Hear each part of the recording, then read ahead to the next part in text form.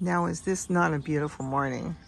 So let's do an update. So what's been really going on? Oh, I still see a dragon fruit back there.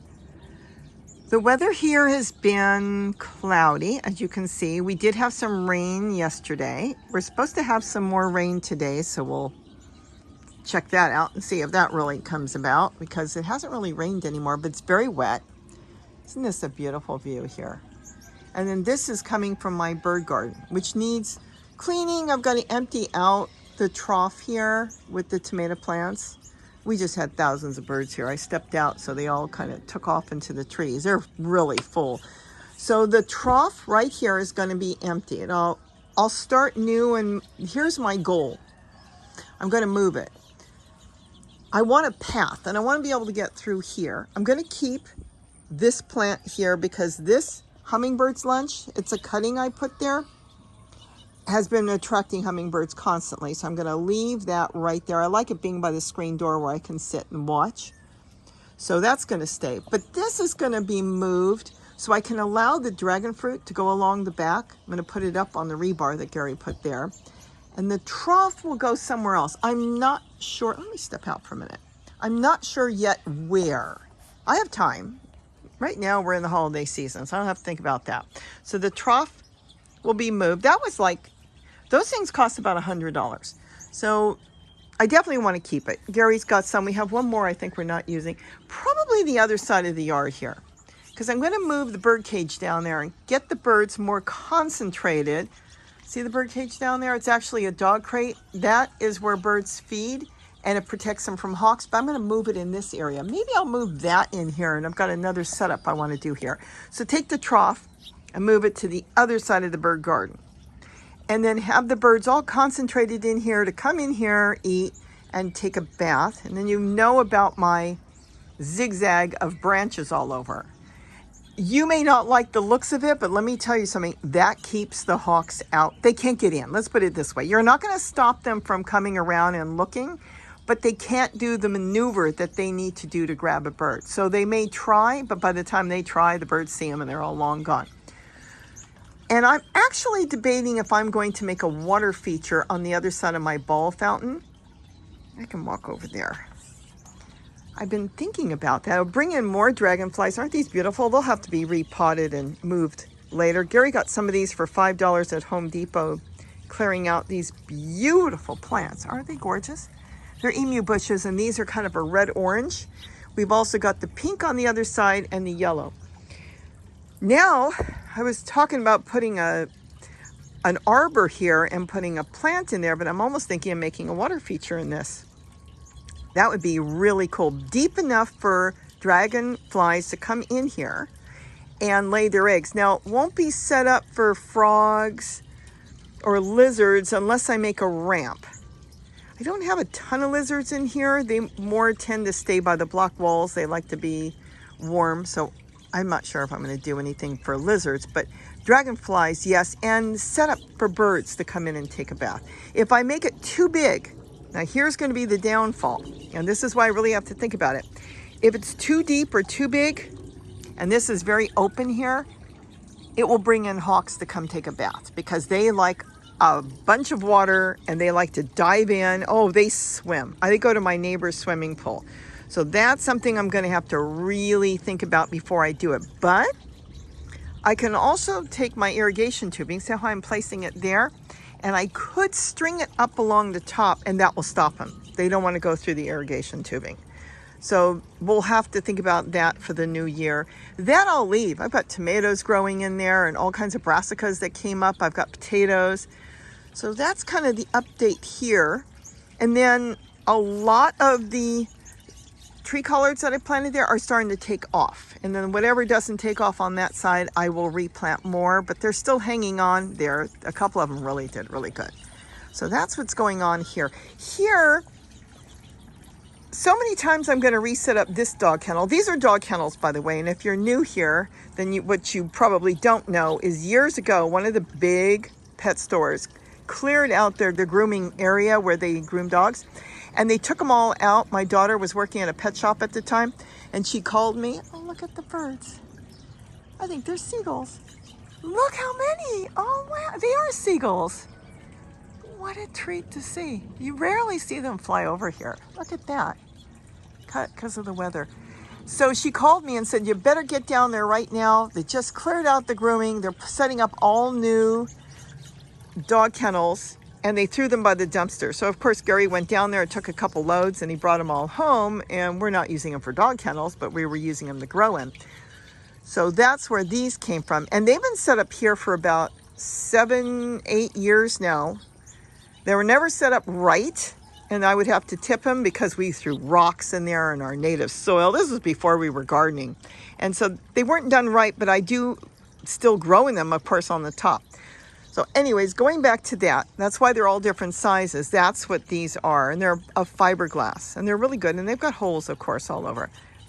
This one I like because I can set up different features here, Birdbath that I'm testing to see which ones I like, and I can put other plants in there. I see some of the plants got chewed, probably by the birds or eating the greens. So I'm going to go ahead and leave that one right now. This is my concern. It's not really a big concern, is do I want to go with plants this spring, or do I want to make a water feature? And I don't want to attract hawks. Oh my gosh, they're kind of like in a formation. Is that not beautiful? There's hundreds of them. I mean, this is another wave coming through. See how they're coming through? Is that beautiful? There's something about the atmosphere right now. They could just glide. Look at that. They're not even beating their wings. They're just gliding through, and they're heading, I don't know where they're heading. The beach would be that way, I think. So they're coming from the beach, obviously. Oh, I wonder if there's a storm coming in. And then they're going that way. They could be going to the beach. They could circle around the way they're flying. So that's what I'm thinking about here. But this has just been phenomenal, this garden. You may think it doesn't look like much, but we've got all kinds of flowers that the hummingbirds and all the pollinators love. So that brought in the hummingbirds here. And then, of course, all the other birds. I've got a whole video. I'm just fascinated with them coming in because I never see the seagulls. I've got a video on all the species we've brought in here, which has been unreal. There's been about now 60 species of small birds. That's not counting the hawks we have here. The red-tailed, the red-shouldered, the Cooper hawks, sharpshins. We've got so many hawks. We even have the golden eagle fly through here periodically. We're not talking about them. We're not even talking about the turkey vulture. We're talking strictly about small, beautiful birds that come in here from all over. And they found this area. This has been a haven for them, and they feed and drink all day, and they hide in the trees here. So that's kind of what I'm doing. I've been sitting out here analyzing what I want to do. I'm going to leave these because they're so established. Let me tell you a secret on this. I've got sage here. I've got salvia. I've got emu bush. This is the yellow flower. I think they have a few flowers coming on there. Kind of a yellowy green flower. And of course the hummingbird lunch. And they're all, get this, still in the original pots that I bought them in. But there's big holes in them. So a little hole's been dug, just maybe a 1-inch hole, sat on the ground, and they have set their roots into the ground. So I haven't even done anything. So I could easily lift them and move them if I want, but they're so established with their roots. I'm going to leave it right now. And then back here, I've got my papaya that I planted that's taking off. I hope that makes it through the winter. And then I've got rose bushes that I propagated in here. And all this attracts the birds. I've even got other flowers growing through here, still in their original pots. That too, I should move that one, figure out what I want to do. So this is what I've been doing, is sitting back here and analyzing, because I'm not going to do a lot in the winter. Maybe on warmer days I'll come out here. And then I've got the Indian blanket flower that came up on its very own. Is that not beautiful? I am waiting to collect some seed heads once they dry. You don't want to take them off the plant right now, because if you do that, the seeds haven't formed. See this? It goes from this, well, here it starts that way, and then it turns into a flower. They open up. Then when the petals drop, you end up with these balls. Now it is still being fed off the mother plant. So if I pull that off now, I have no seeds. Here's another flower forming. So I've got to leave it on the plant so it gets full nutrition and the seeds get nice and big inside. And when the stem turns brown, that is the time to clip it off and put it somewhere until I'm ready to plant the seeds. Now, yes, the birds could eat it, but you know, you can always at this point, if I really wanted to, because the pollinating is over, I could put, look at this, more. These are more coming through. See where they're going? They're going across the canyon. Isn't that beautiful?